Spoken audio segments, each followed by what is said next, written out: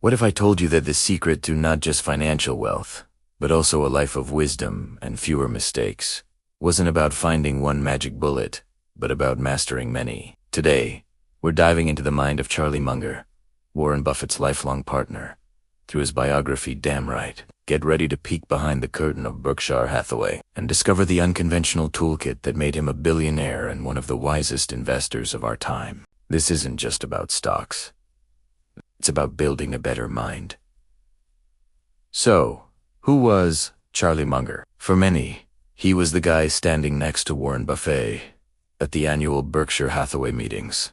The witty, often blunt, right-hand man, but he was so much more. Born in Omaha, Nebraska, just like Buffett, Munger's path was anything but straight. He studied mathematics, served as a meteorologist in the Army, went to Harvard Law School without an undergraduate degree, and ran his own successful law firm. He even had a career in real estate development before fully committing to investing.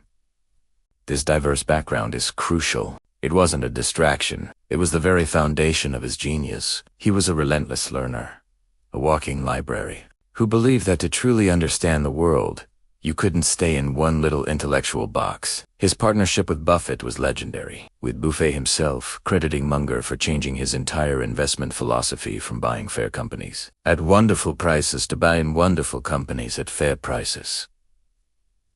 Munger was the architect of the intellectual framework that made Berkshire Hathaway a titan. Now, let's get into the core of his thinking, the mental models that guided his every decision. First up is a brilliantly simple yet powerful idea: inversion. Instead of asking, "How can I succeed in investing?" Munger would flip it on its head and ask, "How can I guarantee I will fail?" You'd fail by trading excessively, by getting emotional, by over-leveraging, by not understanding the business, by following fads, by identifying and then rigorously avoiding all the paths to failure. You naturally steer yourself toward success. He famously said, "All I want to know is where I'm going to die, so I'll never go there." It's about avoiding stupidity rather than trying to be brilliant. Next, and this is perhaps his most famous concept, is the multidisciplinary approach. Munger believed that to have a truly effective understanding of any complex system, like a business or the stock market, you need to have a latticework of mental models in your head from various disciplines. He said that to the man with only a hammer, every problem looks like a nail. An economist sees incentives, a psychologist sees biases, an engineer sees systems and breakpoints. Munger argued you need to see all of these at once. He drew heavily from psychology, physics, biology, history, and literature. This cross-pollination of ideas led to what he called the Lollapalooza effect, when several factors from different disciplines all act in the same direction. The result isn't just additive. It's a massive, multiplicative outcome. Think about an auction. You have social proof as others bid, scarcity of the item, commitment bias once you've started, and competitive arousal, all psychological tendencies, converging to make people pay far more than something is worth. By understanding this, Munger could either avoid these traps or, occasionally, take advantage of them. Of course, none of this works without extreme patience and an understanding of delayed gratification. We live in a world of instant everything, but Munger built his fortune on the power of compounding. He wasn't a trader. He was a business owner who bought and held. His famous analogy was that of a baseball batter. You don't have to swing at every pitch.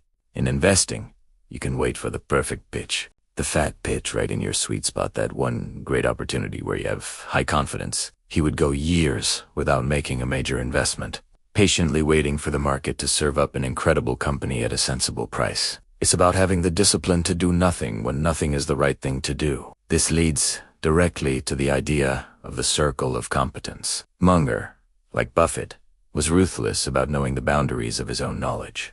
He said, "It's not how big your circle is that counts. It's how well you define the perimeter. If you don't understand the technology behind a biotech startup, don't invest in it. It's that simple." There's no shame in saying, "I don't know." In fact, it's a sign of wisdom. The biggest mistakes in finance and in life come from venturing outside your circle of competence, from pretending you know more than you actually do. Underpinning all of this was an unwavering commitment to ethical behavior and trust. Munger believed that if you're even slightly unethical, you'll eventually have a colossal failure. For him, trust was the most important ingredient in business. Berkshire Hathaway is famously decentralized, with dozens of CEOs running their companies with almost total autonomy. This is only possible because they acquire businesses run by people they trust completely. Munger's view was that it is far easier to deal with trustworthy people than to create complex contracts and oversight systems to protect yourself from untrustworthy ones. Your reputation, he argued, is your most valuable asset, and you should guard it fiercely. Finally, a personal philosophy that is profoundly important for a happy life. Avoid envy and resentment. Munger often said that envy is the only one of the 7 deadly sins that you can't have any fun with.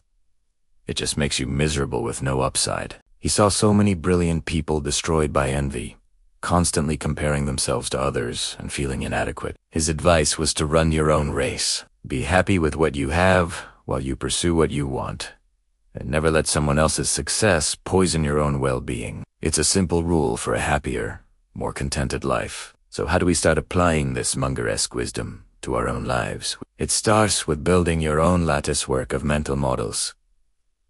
This means reading a lot, and not just in your own field. Read history, psychology, science, biographies. Be intellectually curious. When you read, don't just absorb facts.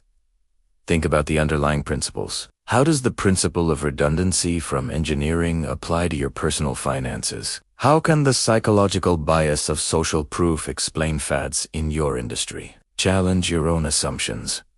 Practice inversion.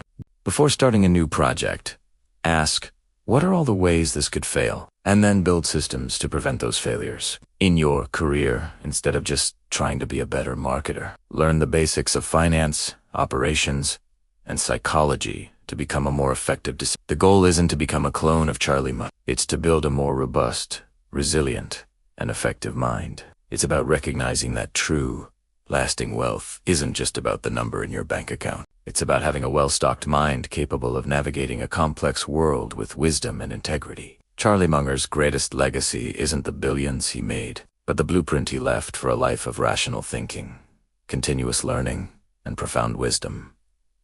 I highly encourage you to read Damn Right to get the full story. But for now, I'd love to know which one of Munger's principles resonates the most with you. Is it the power of inversion, the multidisciplinary approach, or something else? Let me know in the comments below. Thanks for watching, and if you enjoyed this deep dive, make sure to subscribe for more content on building wealth and wisdom.